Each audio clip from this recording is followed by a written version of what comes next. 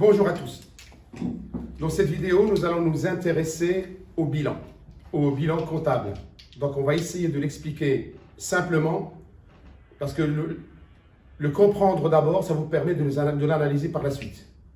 Alors, d'abord, on entend parler de bilan. Et souvent, on entend parler aussi dépôt de bilan. Vous voyez, dépôt de bilan. Quand on parle d'un bilan, du bilan d'une entreprise, en fait, c'est ce qui représente son patrimoine, sa richesse. En fait, il suffit de regarder le bilan, on peut dire si l'entreprise est en bonne santé ou pas. Le bilan d'une entreprise, c'est quelque chose qui donne une vision sur le long terme. Je vous donne un exemple. Quand des investisseurs veulent investir dans une entreprise et qui vient de l'étranger, ils n'ont pas besoin de se déplacer pour venir visiter l'entreprise. Ils vont demander ce qu'on appelle le bilan. Ils sont à des milliers de kilomètres, ils regardent un document qui s'appelle le bilan, et à partir de ce bilan-là, ils peuvent avoir une idée sur l'entreprise. Santé financière, son niveau d'endettement, ce qu'elle possède comme bien, etc. Oui, c'est le bilan. Et quand une entreprise disparaît, on dit elle dépose le bilan. Vous voyez, c'est fini, elle dépose le bilan. Le bilan, c'est le patrimoine de l'entreprise, c'est le miroir de l'entreprise. Dedans, on va trouver quelque chose de durable. Bon, maintenant que vous avez compris ce que c'est un peu le bilan, eh bien, il faut savoir, en comptabilité, il y a 4 types de bilans. Il y a le bilan d'ouverture, le bilan de clôture, le bilan initial et le bilan final. Le bilan d'ouverture, il s'appelle comme ça, bilan d'ouverture, c'est quand on crée une entreprise. Quand on crée une entreprise, il nous faut un bilan d'ouverture. C'est le premier bilan établi pour l'entreprise lors de sa création. Ça, bilan d'ouverture. Bilan de clôture, c'est quand l'entreprise disparaît, elle fait faillite, elle dépose le bilan. Donc il y a un dernier bilan de clôture. Donc bilan d'ouverture, bilan de clôture. Ça concerne la vie de l'entreprise. On crée l'entreprise, bilan d'ouverture, elle disparaît, bilan de clôture. Mais entre les deux, l'entreprise va vivre. Et bien, il y aura plusieurs bilans. C'est ce qu'on appelle un bilan initial et bilan final. Pourquoi on dit bilan initial?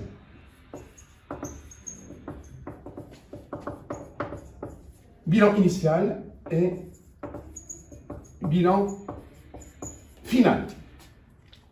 Le bilan initial, on l'appelle aussi bilan de début d'exercice. Et bilan final, on l'appelle aussi bilan de fin d'exercice. Pourquoi? Parce qu'entre les deux, pour passer de là à là, il y a un exercice comptable.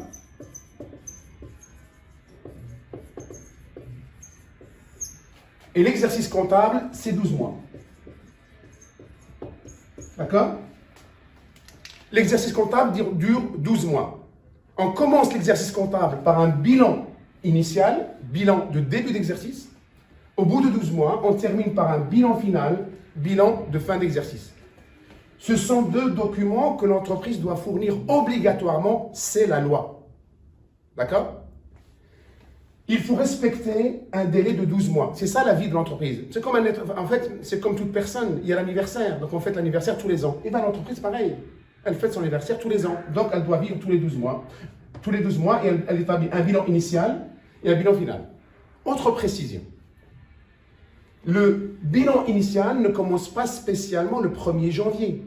Il ne correspond pas obligatoirement à une année civile. Hein? On n'est pas tous nés le 1er janvier. On peut naître un autre mois, un autre jour, du moment qu'on respecte les 12 mois. Donc le bilan peut durer, par exemple, du 1er avril à fin mars, du 1er octobre à fin septembre, comme du 1er janvier à fin décembre. Voilà, ça c'est des éléments très importants à connaître avant de rentrer dans le vif du sujet. Maintenant qu'on a dit tout cela, on va partir d'un exemple presque concret. Je vous ai dit qu'il y a 4 types de bilans. Bilan d'ouverture, bilan de clôture, bilan initial et bilan final. On va partir sur le fait qu'on crée une entreprise. Donc on va commencer par un bilan d'ouverture. Et ben, je vais établir un bilan d'ouverture. Vous allez voir, c'est très simple. Parce que quand on crée l'entreprise au départ, il n'y a pas beaucoup de choses à mettre dans le bilan. Alors, je vais écrire bilan d'ouverture.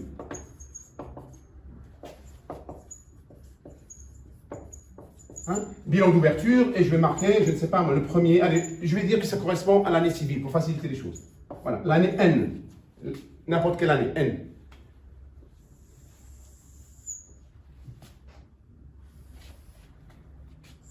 Et on va faire les choses dans l'ordre, parce que le but, pour moi, c'est que vous compreniez la logique.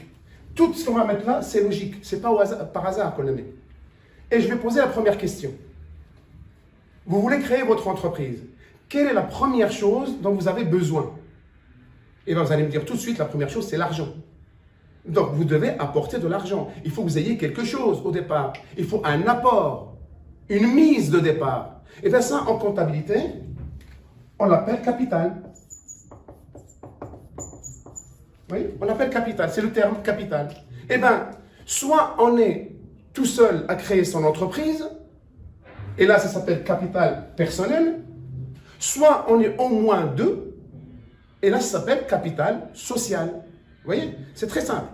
Ça, c'est la première étape. Hein, comme je dis, la première étape, capital, j'apporte le capital. Maintenant, imaginons que ce capital, cet apport pour créer l'entreprise, ne suffit pas. Mais qu'est-ce qu'on fait? Eh bien, on va faire un emprunt. Bien sûr, on va faire un emprunt. Un emprunt auprès d'un établissement de crédit, auprès d'une banque. D'accord? Donc, mon capital de départ, je le complète par un emprunt et je peux aussi avoir des subventions.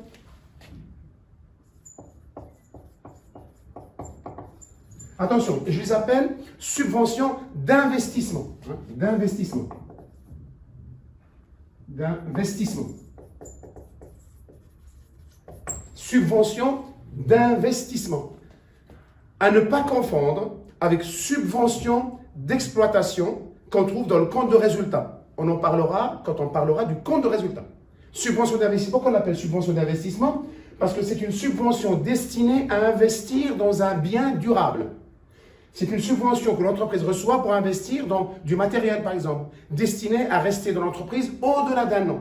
Subvention d'investissement. C'est très important. Donc, vous voyez bien, ces trois, j'ai dit la première étape. Vous voyez, c'est la première étape, très importante. Et bien, cet argent maintenant que j'ai, composé d'un capital, d'un emprunt, hein, auprès d'établissements financiers et d'une subvention d'investissement, ben une partie de cet argent va être investie maintenant. C'est la deuxième étape quand vous créez votre entreprise, surtout si elle transforme, elle va être investie dans du matériel, dans quelque chose qui va, dans des outils de fabrication, dans du savoir, pour produire votre produit. Et bien, une partie, elle va être investie, ce qu'on appelle dans des immobilisations. Dans des immobilisations.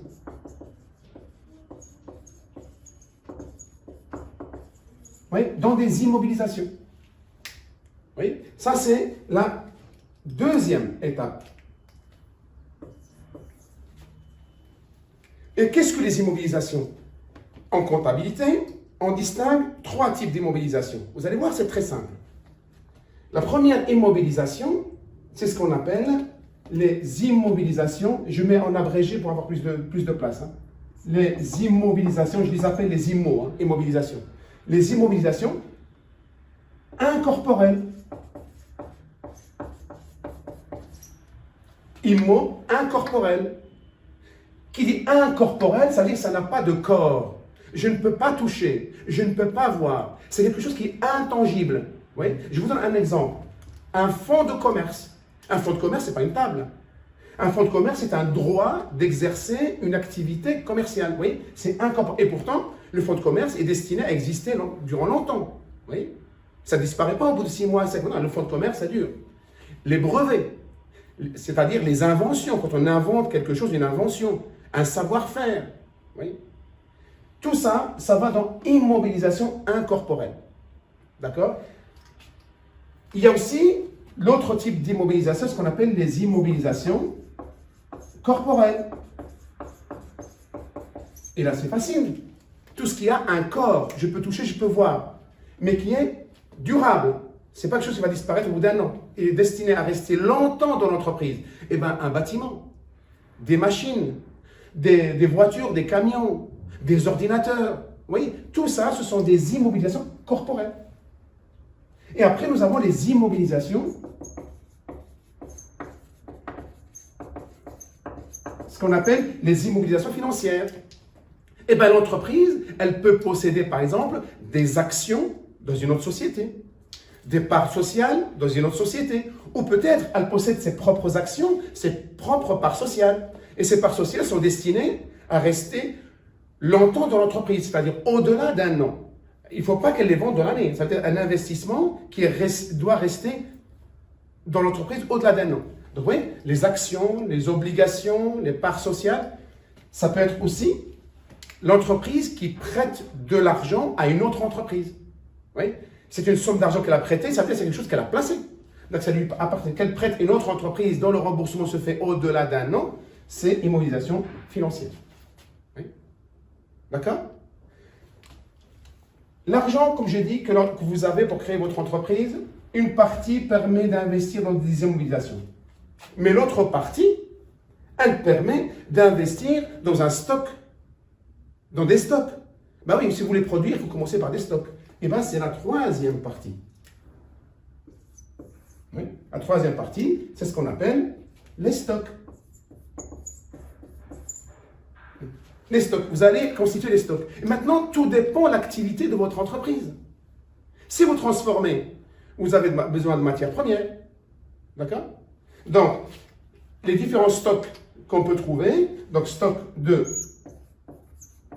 matières premières, MP c'est matières premières. Vous pouvez vous constituer un stock, ce qu'on appelle de produits intermédiaires, c'est-à-dire vous constituez un stock d'un produit qui est un petit peu fabriqué, qui a une partie de la fabrication qui s'est effectuée, mais qui n'est pas encore un produit final. On va l'utiliser pour fabriquer un produit final. Je prends l'exemple des composants électroniques. Vous fabriquez, par exemple, vous voulez fabriquer des ordinateurs, et bien vous achetez les composants électroniques qui sont en partie fabriqués. C'est ça, les produits intermédiaires, on appelle ça les produits intermédiaires. Après, ils rentrent dans un processus de fabrication pour fabriquer l'ordinateur. Donc ça peut être stock de produits intermédiaires. Hein.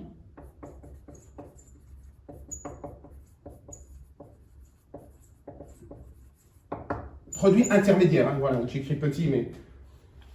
Par la suite, quand vous aurez commencé votre activité, vous pouvez vous constituer un stock de produits finis. Hein, ça peut être stock de produits finis, PF, produits finis. Ou ça peut être un stock de marchandises. Marchandises en abrégé, marchandises. Donc, matières premières, produits intermédiaires, produits finis, marchandises. Ça peut être aussi les encours, on appelle ça les encours, c'est-à-dire un stock de produits qui est en cours, c'est en cours de fabrication. Il n'est pas encore fini. On le met en stock. Ce qu'il faut savoir, c'est que quand on parle de produits finis, en comptabilité, il ne faut pas confondre produits finis et marchandises. C'est très important en comptabilité. Dans le bilan, si on voit stock de produits finis, ça veut dire que l'entreprise l'a fabriqué. C'est un produit fabriqué dans l'entreprise. L'entreprise a utilisé la matière première pour fabriquer le produit fini. Par contre, si vous voyez dans le bilan stock de marchandises, ça veut dire que l'entreprise n'a pas fabriqué. Le mot marchandise en comptabilité, ça veut dire que l'entreprise ne l'a pas fabriqué. C'est-à-dire c'est un produit qu'elle a acheté, stocké pour revendre. Il n'y a aucune transformation qui se fait dans l'entreprise. C'est très important de séparer produits finis et marchandises. Vous voyez, vous voyez dans le bilan, il suffit de regarder les stocks par exemple, et vous pouvez déterminer l'activité de l'entreprise. Si dans le bilan, vous avez dans les stocks beaucoup de matières premières, beaucoup de produits intermédiaires, beaucoup de produits finis, vous pouvez déduire que c'est une entreprise industrielle, c'est une entreprise qui transforme. Ou peut-être elle fait les deux. Ou peut-être si vous trouvez que stock de marchandises, vous saurez que c'est une entreprise commerciale. Elle ne transforme pas. On peut trouver les deux aussi. Oui. Des informations dans le bilan nous donnent une idée sur ce que fait l'entreprise. Mais ce n'est pas le sujet d'aujourd'hui, ce matin. Donc, l'argent que vous, au départ, permet en partie de financer, d'investir dans des immobilisations, une partie dans les stocks. Et ce stock que je peux me constituer, je vais l'acheter chez qui? Eh bien, je vais l'acheter chez le fournisseur. Et peut-être que le fournisseur, quand il va me livrer les stocks, il va m'accorder un délai de paiement. C'est quelque chose que je ne vais pas payer tout de suite. Donc j'ai besoin du Fournisseur. Le fournisseur, c'est la quatrième étape. Donc, j'appelle ça dette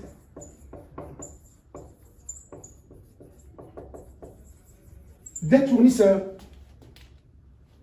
Vous voyez? Donc, l'argent, le stock que je me constitue, je me le procure de chez le fournisseur, mais quand dans le bilan on voit dette fournisseur, quand c'est marqué dette fournisseur avec une somme devant, ça veut dire que l'entreprise doit cet argent à son fournisseur.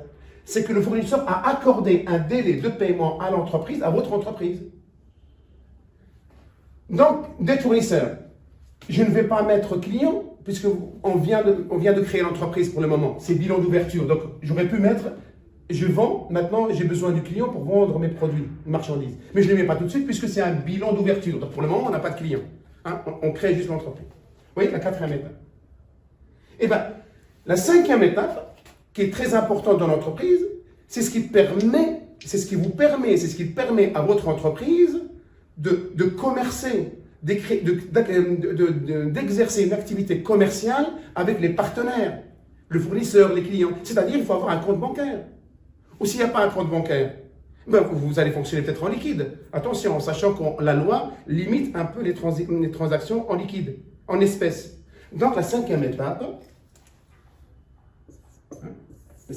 je mets banque et caisse. Vous voyez? Banque et caisse. Et bien, regardez bien maintenant. On a deux parties dans ce bilan d'ouverture. On a ce parti-là où il y a le capital, l'emprunt, les subventions et les dettes fournisseurs. Les dettes fournisseurs, ça veut dire que c'est l'argent que l'entreprise doit au fournisseur, mais que l'entreprise n'a pas encore payé. Et bien ça, le côté droit, ce sont, si vous voyez bien, ce sont des ressources pour l'entreprise. Des ressources. Des ressources. D'accord? Des ressources. Pourquoi des ressources? Ben oui, elle a des ressources. L'argent, elle a de l'argent. Capital, emprunt, subvention, c'est des ressources. Vous allez me dire, mais des fournisseurs, ce n'est pas une ressource. Mais bien sûr que si. L'argent que vous ne payez pas, c'est une ressource. Si je vous dis, vous me devez, je vous dois de l'argent. Oui, vous êtes mes fournisseurs. Je vous dois de l'argent. Mais tant que je ne vous ai pas payé, pour moi, c'est une ressource. Vous voyez? C'est comme si je vous ai payé, vous m'avez rendu l'argent, mais je l'ai. Vous voyez? Donc, tant que je ne vous ai pas payé, c'est une ressource. Donc, l'entreprise qui doit de l'argent à ses fournisseurs, mais tant qu'elle n'a pas payé, c'est une ressource. Donc, tout ça, c'est une ressource. Ce sont des ressources. Mais attention, ce sont des ressources qu'elle doit. Hein? Donc, je mets doit. Elle doit. L'entreprise les doit. Vous allez me dire, mais non, mais c'est pas possible, le capital lui appartient. Attention, je dis attention. Il ne faut pas faire une confusion entre l'entreprise et les investisseurs. Hein? J'explique autrement. Une personne, comme vous et moi, nous existons, nous avons une existence juridique. Hein? C'est ce qu'on appelle la personnalité juridique en droit. Donc, j'existe parce que j'ai un nom, d'accord? J'ai une date de naissance, j'ai une adresse, un lieu d'habitation, d'accord? J'ai un compte bancaire, vous voyez? Ben, j'ai une personnalité juridique. Et bien l'entreprise, pareil, il est comme nous. Elle existe aussi, mais seulement au lieu d'avoir la personnalité physique, elle a ce qu'on appelle en droit la personnalité morale. L'entreprise, elle a son nom, elle a sa date de naissance, la date de création, bilan d'ouverture. Elle a une adresse, ce qu'on appelle le siège social, et elle a un compte bancaire en son nom. Donc, là, quand je suis en train de faire le bilan d'ouverture, c'est l'entreprise qui parle, ce n'est pas les propriétaires. Et l'entreprise, quand elle parle, l'entreprise, elle dit, je dois de l'argent aux investisseurs.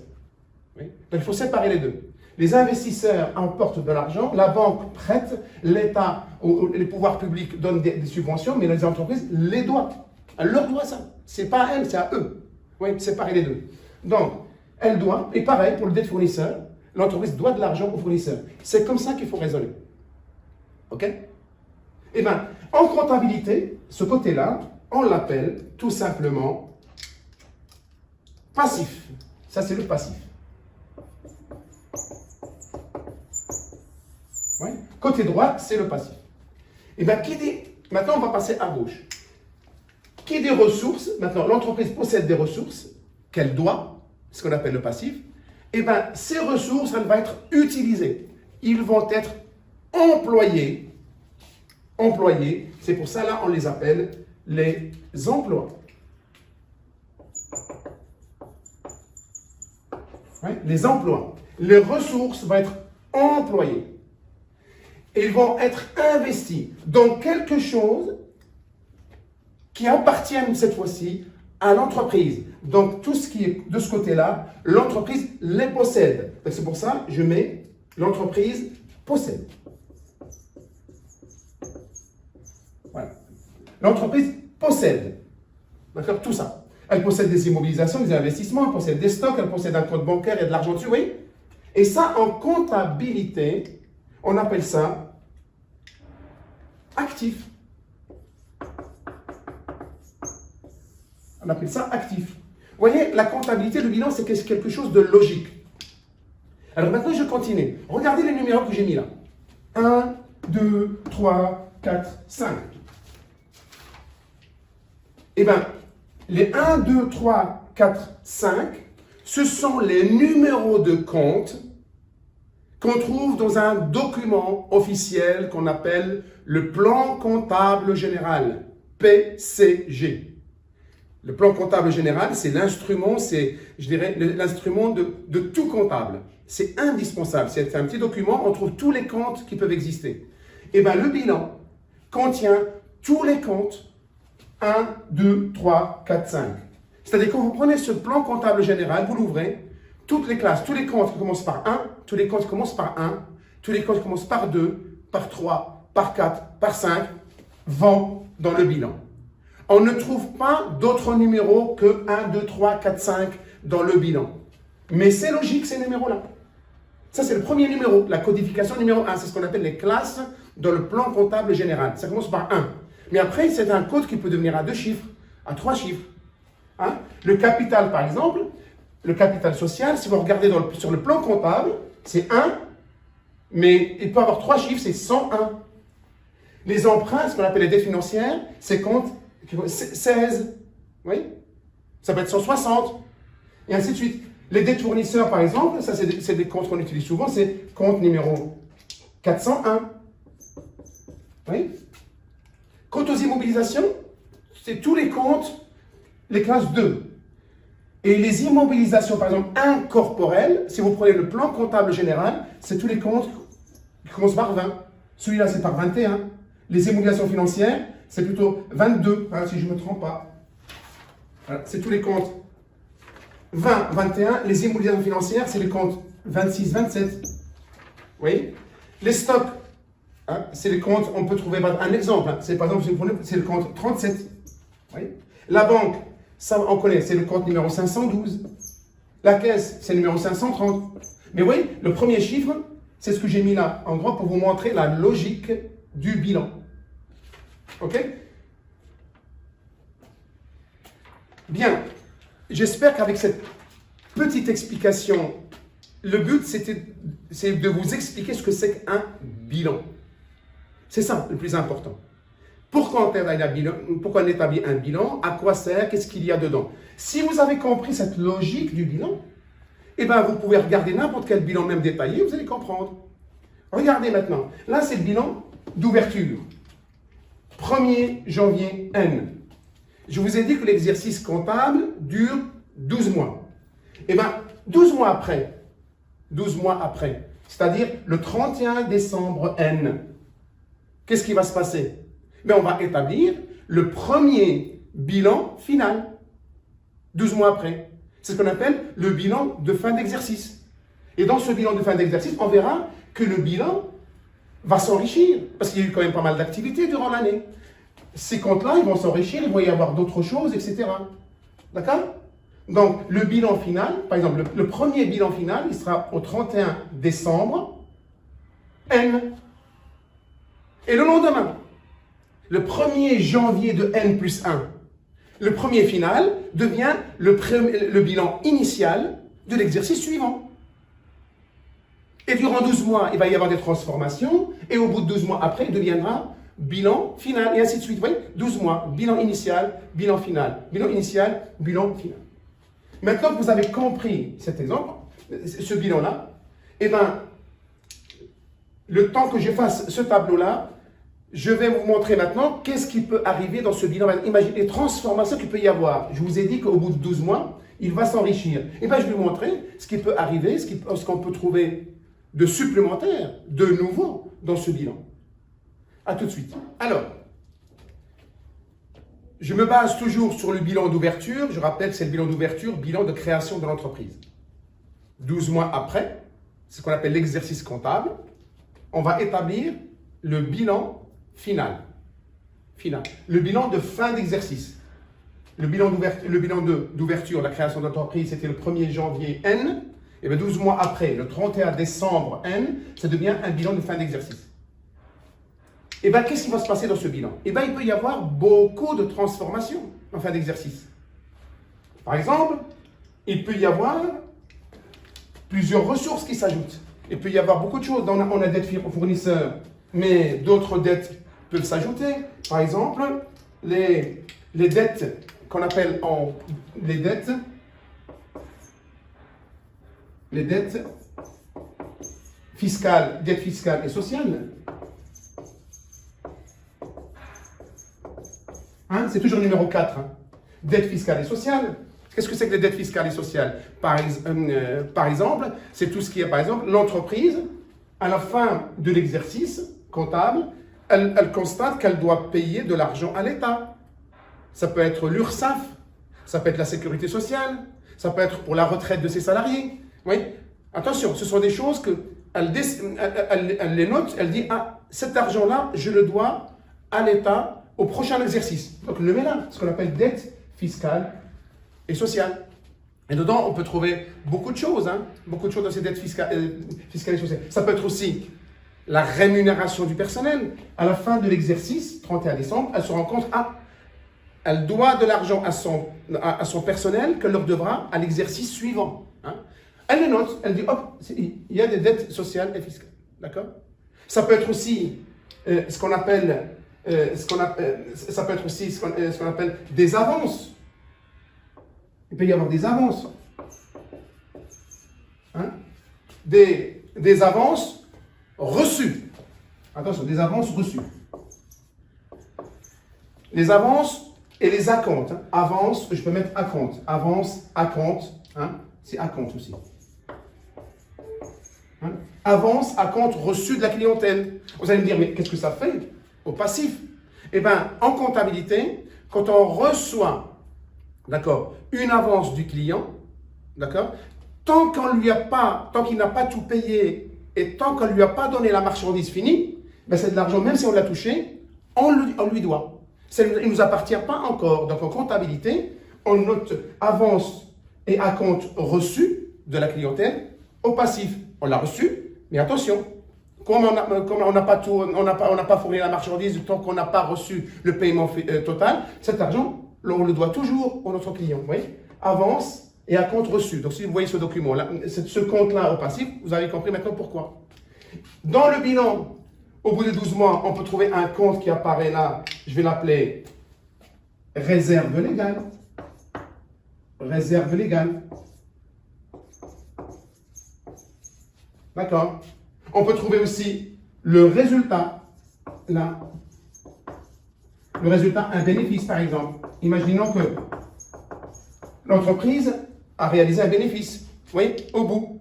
Attention, alors le résultat, réaliser un bénéfice. Eh bien, imaginons que, voilà, à la fin de l'exercice comptable, l'entreprise a réalisé un bénéfice. Eh bien, les associés, les investisseurs vont se réunir entre eux à la fin de l'année, hein, en conseil d'administration. Ils vont dire, alors, qu'est-ce qu'on va faire de ce bénéfice? Eh bien, ça se peut, il y a une partie, par exemple, ils vont dire, ce sont des dividendes, hein, on va les donner aux actionnaires, aux investisseurs. Hein. Mais ça peut être aussi une partie du bénéfice. Les actionnaires décident, non, une partie du bénéfice, on va le placer dans un compte, si on appelle ça compte, en fait, dans une catégorie que la comptabilité appelle réserve légale. La loi autorise l'entreprise, les investisseurs, à affecter une partie des bénéfices dans ce qu'on appelle réserve légale, au cas où cet argent peut être utilisé pour autre chose, pour les investissements, etc. D'accord? Voilà. C'est ça, réserve légale. C'est une décision que le conseil d'administration prend pour affecter une partie des résultats des bénéfices vers la réserve légale, l'argent un peu mis de côté qui servira pour des imprévus, je ne sais pas. D'accord? Il peut y avoir aussi là ce qu'on appelle des provisions pour risques et charges. Je n'ai pas de la place pour écrire, mais là, je vais mettre une flèche comme ça. Voilà. Je mets provision. Pour que ce soit bien propre, je vais mettre le 4. Voilà. Hop. Voilà. Hop. Là, j'ai dit, c'est numéro 4 dette fournisseur.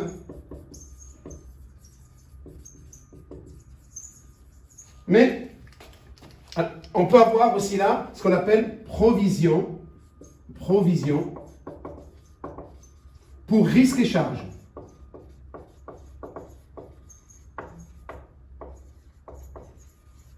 Bon, c'est un peu le fouillis, mais vous avez compris la logique. Donc, il peut y avoir provision pour risques. Ça veut dire quoi? Ça veut dire à la fin de l'année, à la fin de l'exercice comptable, eh ben, l'entreprise, le dirigeant, avec les actionnaires, peuvent décider de mettre affecter un peu d'argent sur le compte provision pour risques et charges, pour anticiper éventuellement des risques qu'ils pensent qui va arriver.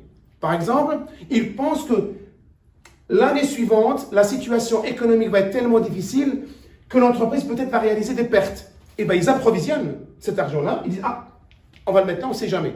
Un autre exemple, imaginons que l'entreprise, elle exporte.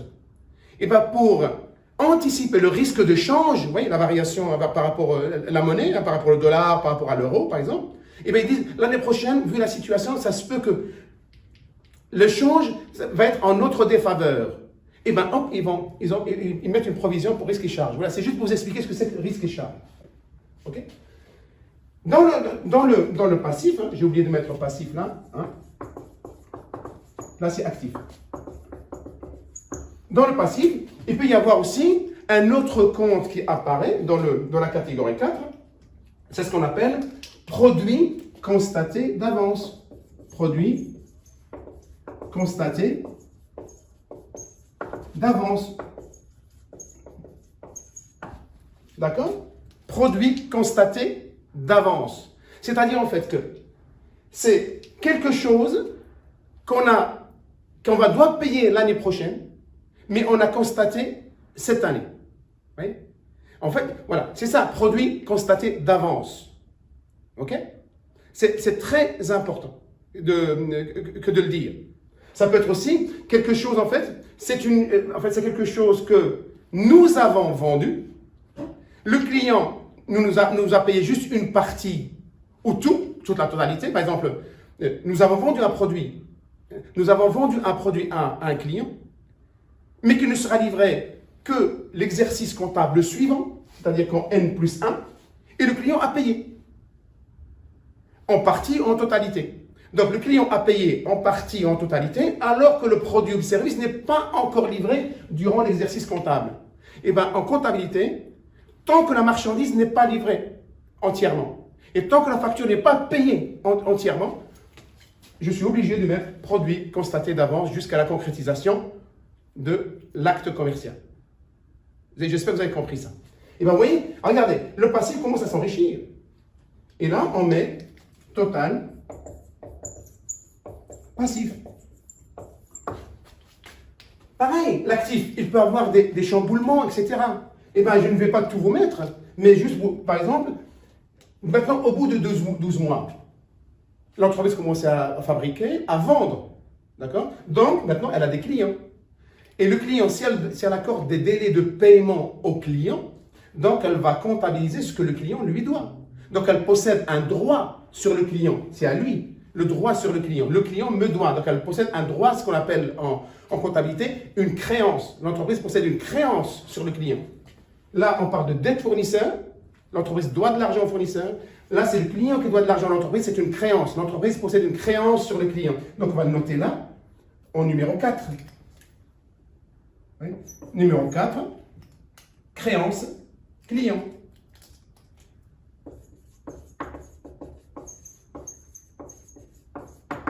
Et si vous prenez le plan comptable, c'est numéro 411, si vous voulez, par exemple. Il peut y avoir comme au passif, il peut y avoir aussi ce qu'on appelle les avances. Avances et acomptes payés, versés. Oui, versés. L'entreprise a versé des acomptes, une avance à ses fournisseurs, mais rappelez-vous ce que j'ai dit. Tant que l'entreprise n'a pas tout payé et n'a pas reçu, c'est de l'argent en fait qui lui appartient. Ça veut dire à tout moment, elle peut dire au fournisseur, rendez-moi mon argent parce que vous ne m'avez pas livré le produit, je ne vous ai pas tout payé. C'est pour ça le MENA, avance et acompte versé. Il peut y avoir aussi ce qu'on appelle les produits constatés, les charges constatées. Constatées d'avance. Vous voyez, c'est des charges constatées durant cet exercice, mais qui seront payées en totalité que l'exercice suivant. Vous voyez, mais on a déjà constaté maintenant, parce qu'on a déjà peut-être payé une partie ou une totalité, mais qui seront exécutées que l'exercice suivant. Et dans la partie 5, ce qu'on appelle les disponibilités, on peut ajouter ce qu'on appelle les VMP. Valeur mobilière de placement. Valeur mobilière de placement. Alors, c'est quoi ces valeurs mobilières de placement? En fait, ça peut être des actions, des obligations, des parts sociales, des bons de trésor, on appelle ça. En fait, ce sont des titres que l'entreprise acquiert, achète, mais qui sont destinés à être revendus dans l'année, à court terme. Hein? C'est comme si l'entreprise jouait à la bourse, en fait. Durant l'année, elle achète des actions et elle confie à son banquier, etc. Vous dites, c'est des actions qu'on peut vendre, revendre. En fait, elle essaie de tirer profit de ses investissements dans des valeurs mobilières de placement à court terme. C'est pour ça qu'on les met dans les disponibilités, c'est numéro 5. Et là, nous arrivons à total actif. D'accord? On fait le total actif avant de calculer le résultat. Là. Vous voyez, le résultat. Imaginons que le résultat n'y est pas. Il n'y a pas de résultat. Eh bien, je fais le total actif. Moins le total passif, ça me donne le résultat. Et le résultat peut être positif ou négatif. Même s'il est négatif, on le met de ce côté-là, au passif. Si par exemple l'entreprise réalise des pertes de 20 000 euros, eh bien on met résultat, entre parenthèses, moins 20 000. Toujours de ce côté-là. Le total actif moins le total passif, ça nous donne le résultat. Et c'est au bout, on décide le résultat, est-ce qu'on l'affecte au capital, est-ce qu'une partie va pour les investisseurs, etc. Là, vous avez compris, tout ce qu'on a fait là, ça commence par le chiffre 1. Tout ce qu'on a fait là, ça commence par le chiffre 4. Tout ce qu'on a fait là, ça commence par le chiffre 2. Les stocks, c'est le chiffre 3. Tout ce qu'on a fait là, ça commence par le chiffre 4. Et tout ça, ça commence par le chiffre 5. Ce sont la numérotation, le premier chiffre qu'on trouve dans le plan comptable. Par la suite, ce ne sont que des exercices pratiques. Voilà. Mais si vous avez compris maintenant ce que c'est qu'un bilan, vous pouvez maintenant avancer en comptabilité et vous allez faire l'exercice tout simplement. Nous avons établi un bilan d'ouverture, bilan de création. 12 mois après, on a fait un bilan de fin d'exercice au 31 décembre N. Regardez, le 31 décembre N. Donc, le lendemain, le 1er janvier de N plus 1, eh ben, ça deviendra quoi? Le bilan initial de l'exercice suivant. Le bilan du début d'exercice. Et au 31 décembre N plus 1, il deviendra le bilan de fin d'exercice. Et ainsi de suite, oui. Voilà. J'espère que vous avez compris. J'ai pris le temps pour vous expliquer un peu la logique comptable, mais c'est très important pour que vous puissiez avancer en comptabilité. Je vous dis bon courage et à très bientôt.